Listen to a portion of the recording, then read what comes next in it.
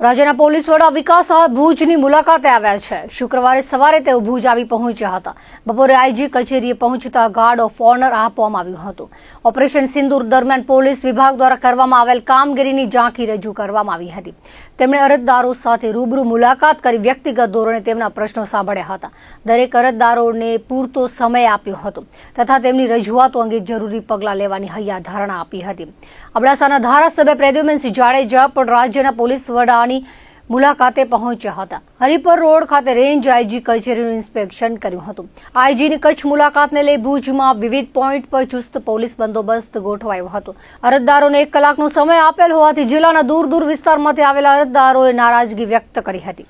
આપણે અત્યારે IG DG સાહેબ જ્યારે કચ્છ પધાર્યા છે તો મારા વિસ્તારના થોડાક પ્રશ્ન હતા બોર્ડર વિસ્તારના કે જે બોર્ડરિંગના લોકોને નવી ભરતી થતી નથી, એ નવી ભરતી થવી જોઈએ। પછી અહીંયાથી જે બોર્ડરિંગની જે બટાલિયન છે એ પાલનપુર ખસેડવા માગે છે તો એ પાલનપુર ખસેડે નહીં અને અહીંયા જ રહેવી જોઈએ। નવી ભરતી જે થતી એ નવી ભરતી પણ થવી જોઈએ કારણ કે કચ્છ છે એકદમ બોર્ડરમાં છે, તેમાં મારો વિસ્તાર અબડાસા લખપત એ તો બિલકુલ બોર્ડર ઉપર, તો નવી ભરતી થાય અને બોર્ડરિંગના જે કેમ્પ હતા એ નવેસર ચાલુ કરવામાં આવે અને નવી ભરતી કરવામાં આવે, આ મારી રજૂઆત હતી। અમે જ્ઞાતિ નિર્મૂલન સમિતિ વતી આજરોજ આપણા માનનીય પોલીસ વડા ડીજીપી સાહેબને આવેદનપત્ર આપવા માટે આવ્યા છીએ અને એમાં રજૂઆત એ છે કે એટ્રોસિટી એક્ટ જે છે એ વર્ષ 2018માં પાર્લામેન્ટે અમેન્ડમેન્ટ કરી અને એટ્રોસિટી એક્ટ 2018 જ્યારે પસાર કર્યું ત્યારે એમાં એવી જોગવાઈ કરવામાં આવી છે કે એટ્રોસિટીની અમલવારી અને સુનાવણી એ ખાસ અને વિશિષ્ટ અધિનિયમ તરીકે કરવાની છે, પરંતુ ગુજરાત રાજ્યમાં એટ્રોસિટીની અમલવારી ખાસ અને વિશિષ્ટ અધિનિયમ તરીકે કરવામાં નથી આવતી, જેના કારણે એટ્રોસિટીના બનાવો દિવસે ને દિવસે વધતા જાય છે। અને એટ્રોસિટીની જે કલમ 20 છે એમાં સ્પષ્ટપણે એવી જોગવાઈ છે કે એટ્રોસિટી એક્ટ એ વિશિષ્ટ અધિનિયમ છે અને અન્ય બીજા અધિનિયમો કરતાં ઉપરવટ છે, જેનામાં CRPCની કલમ 4 અને 5 હેઠળ જે દર્શાવેલું છે કે જ્યારે વિશિષ્ટ કાયદો એ અમલમાં હોય ત્યારે CRPCની જગ્યાએ એ વિશિષ્ટ કાયદાની ટ્રાયલ પ્રમાણે ચાલવાનું હોય છે। તેમ છતાં પોલીસ જાણી જોઈ અને એટ્રોસિટી જેવા બનાવોમાં પણ ટેબલ જામીન આપી અને આરોપીઓને છોડી મૂકતી હોય છે, જે કાયદાની વિરુદ્ધ છે। ગુજરાત રાજ્યના કચ્છ જિલ્લાના રાપર તાલુકાનો 2009થી સતત હું ભોગ બનતો આવ્યો છું। જે પણ કામ કરવાનું હોય તો ખોટા ઉપર ધક્કા ખવડાવે અને ઉપરથી રૂપિયા ખાવાને બિંદાસ માંગણી કરે।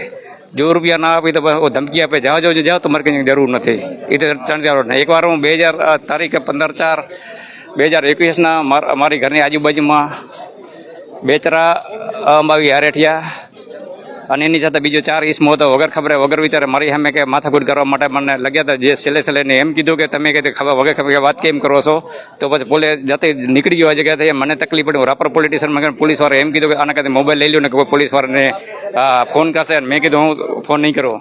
ત્યારે પછી પોલીસ વાળા સીધી ધમકીઓ દેવા માંડ્યો કે તો મુંબઈમાં કેટલી વાર જેલમાં જઈ આવ્યો છું કે આ મુંબઈ તારી મુંબઈની પોલીસ ના સમજે, મુંબઈથી આ ગુજરાતની પોલીસ છે।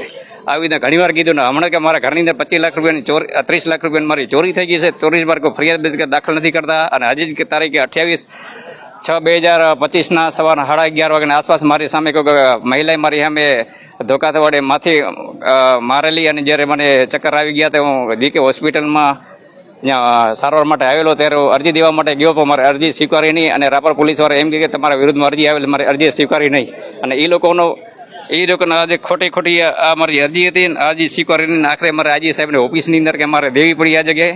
PI સિસોદિયા વિરુદ્ધ ફરિયાદ 7 તારીખ 5મો મહિનો 2023ના રોજ PI સિસોદિયા પોલીસ સ્ટેશનને ત્યાં ગયો હતો અને સાહેબે મને ધામધમકીઓ આપી, મારી અરજી લીધી નહીં। અંજારમાં સેક્સ રેકોર્ડ, દારૂ જુગાર, ચરસ ગાંજા, ડ્રગ્સ એવા ગેરપ્રવૃત્તિ જેવા કામ ચાલી રહ્યા છે ને નશીલા પદાર્થ વેચાઈ રહ્યા છે, છતાંય કોઈ કાર્યવાહી કરવામાં નથી આવતી। જનતા દળ યુનાઇટેડનો કચ્છ જિલ્લા પ્રમુખ છું ને મારી જનરલ ફરિયાદ 2 છે કે એક સમગ્ર ગુજરાત લેવલે કે પોલીસ ખાતાને કોઈ પણ FIR કરવા માટે ફરિયાદ આપો તો એ અરજી સ્વરૂપે લઈ લે, નિવેદન લઈ લે અને દફતર કરી નાખે કે આમાં કાંઈ છે નહીં, એટલે કોઈ પણ FIR દાખલ કરતા નથી। એક મારી ફરિયાદ છે। બીજી ફરિયાદ છે કે કચ્છમાં માધાપુર અને મિર્જાપુરની હમણાં પોલીસ ચોકીઓ બની છે, એ બુટલેગર અને ભૂમાફિયાઓ બનાવી આપી છે। તો મારે એ પૂછવું છે સાહેબને કે સરકાર પાસે રૂપિયા ખૂટી પડ્યા છે કે તિજોરી ખાલી થઈ ગઈ છે આ કામ પોલીસ આવાસ કોર્પોરેશનને કરવાનો છે તો પોલીસ ઇન્સ્પેક્ટર ડાયરેક્ટ શા માટે કરે છે? આ મારી બે મૂળ ફરિયાદો છે. અમે ખાસ તો સાહેબને મળવા એટલા માટે આવ્યા છીએ કે છેલ્લા 4 વર્ષથી અમે લોકો જે ભુજની અંદર જે પોસ્ટનું કૌભાંડ સચિન ઠક્કર દ્વારા કરવામાં આવેલું છે તો તેની અમને કોઈ પોલીસ લોકો અમારી કોઈ ફરિયાદ લેતા નથી અને અમને કોઈ દાદ આપતા નથી. તો એ બાબતમાં અમે સાહેબને મળવા આવ્યા છીએ કે સાહેબ અમને છેલ્લા અમારા જિંદગીભરની મૂડી આમાં ફસાયેલી છે તો કોઈક અમને આમાં મદદરૂપ થાવ એમ. एसआरसी लिमिटेड के शेयर के फ्रॉड के संजोगों में हमने 4 से 5 कंप्लेंट्स की हैं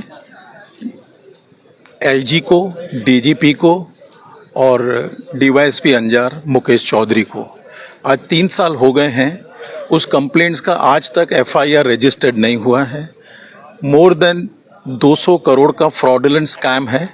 इस सिलसिले में मैं डीजीपी से 6 महीना पहले पर्सनली मिलके आया हूं विकास साय से, पर आज कोई भी कंप्लेंट में आज तक कोई प्रोग्रेस नहीं हुआ है. वो रजूआत को लेके आज पर्सनली हम मिलना चाहते हैं कि हमने डॉक्यूमेंट्री एविडेंस दिए हैं, फॉर्ज डॉक्यूमेंट्स हैं, फॉर्ज डेथ सर्टिफिकेट्स हैं, फॉर्ज क्लेमेंट्स हैं. सब डॉक्यूमेंट्स देने के बाद पुलिस तंत्र कोई भी कार्रवाई नहीं कर रहे हैं. जब भी हम मिल रहे हैं पुलिस ऑफिसर्स से वो कह रहे हैं कि इन्वेस्टिगेशन चालू है. एक अश्योरेंस यही दे रहे हैं कि इन्वेस्टिगेशन प्रोग्रेस में है. वो रजूआत लेके आज भुज में आए हैं डीजीपी और आईजी से मिलने कि वो हमारी प्रोग्रेस का क्या हुआ. कोई भी कंप्लेंट का आज तक कोई निर्णय नहीं आया है.